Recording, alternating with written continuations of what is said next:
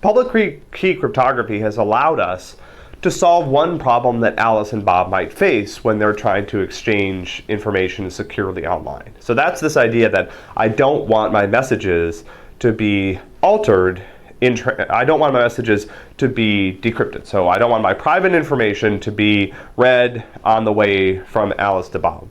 However, there's another kind of attack that we haven't considered yet, and that's this idea. So let's say that Alice is sending a message to Bob. And we're going to use Bob's public key to do this. So Alice takes her message, and she takes the plain text and she creates the ciphertext, the encrypted message, using Bob's public key.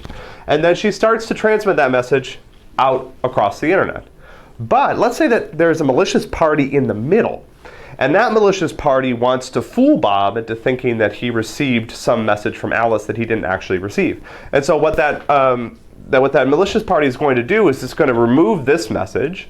So we'll call this M, and then it's going to create a new message, M prime. Now here's the problem. It can encrypt that message using Bob's public key, because Bob's public key is public. Everybody can use it. So this adversary is going to take Alice's message, get rid of it, create a new message to Bob that's completely different, and send that message on its way. So when Bob received the message, he'll decrypt it, but there's this second question that we have to deal with, which is, how does Bob know that a message came from Alice? So this is actually pretty cool. So remember, we have this idea of a trapdoor function. So for example, in Bob's case, if I start with a message and I encrypt it using Bob's public key to get the encrypted message, then only Bob, by using his private key, can decrypt the message and recover the original contents. But here's something that's important to notice, which is that these are just transformations on the message contents. So this is something that everybody can do, and this is something that only Bob can do, or only Alice can do if we're using Alice's keys.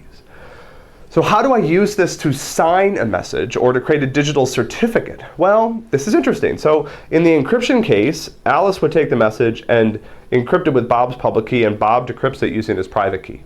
To sign a message, we use the other keys and we go the other direction. So we exploit the fact that only Bob can perform this particular transformation, and anybody can undo it. So for example, here's what Alice would do. Alice would take her message, and along with the message, she would send what's called a digital signature.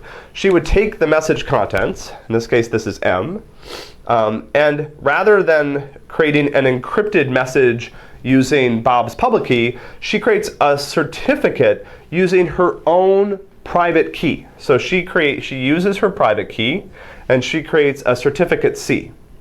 And she sends that along with her message. So she sends M and C together. Oh, sorry, E and C.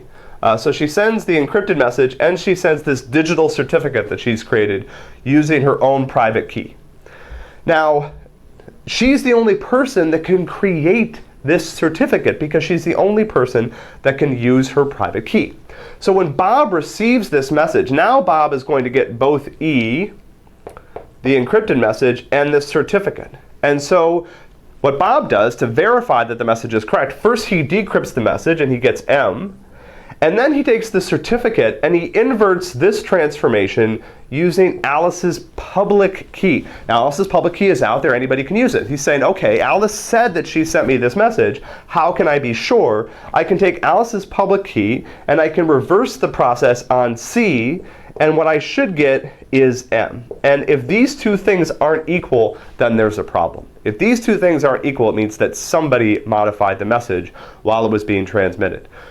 So let's look at what the attacker would have to do. So the attacker comes in here, and now in this case, the attacker can create a new message for Bob encrypted using Bob's public key. That's perfectly possible. The public key's out there. What the attacker cannot do is it cannot create C. It cannot create the digital certificate because it doesn't have Alice's public key, private key, sorry. So what would happen is the attacker would not be able to forge the certificate, and so in this case, Bob would get M prime and C, and when Bob decrypted Bob would get E prime in C, and then when Bob decrypted E prime, he would get M prime, and when he used C and transformed it using Alice's public key, he would get M, and those two things wouldn't match. So this is very elegant. We have a way to make it make it easy for anybody to do one thing, and possible for only one entity to do the other thing. So it's easy to perform this transformation. It's really, really hard for anyone without this piece of secret information to do the other transformation. For encryption, the hard thing is creating the encrypted message. The easy thing for Bob is decrypting it. For digital signatures, the hard thing is creating the signature, and only Alice should be able to do that. The easy thing is verifying the signature. And so the same process of a trapdoor function is used online both to encrypt messages and to sign those messages, or to create a digital certificate that is used to verify that the message contents have not been altered. So by using these two ideas together, and it's really just one idea and sort of using it one way or the other way, I can both keep my messages secure and identify any messages that might have been modified in transit. So this is a really powerful idea, very cool.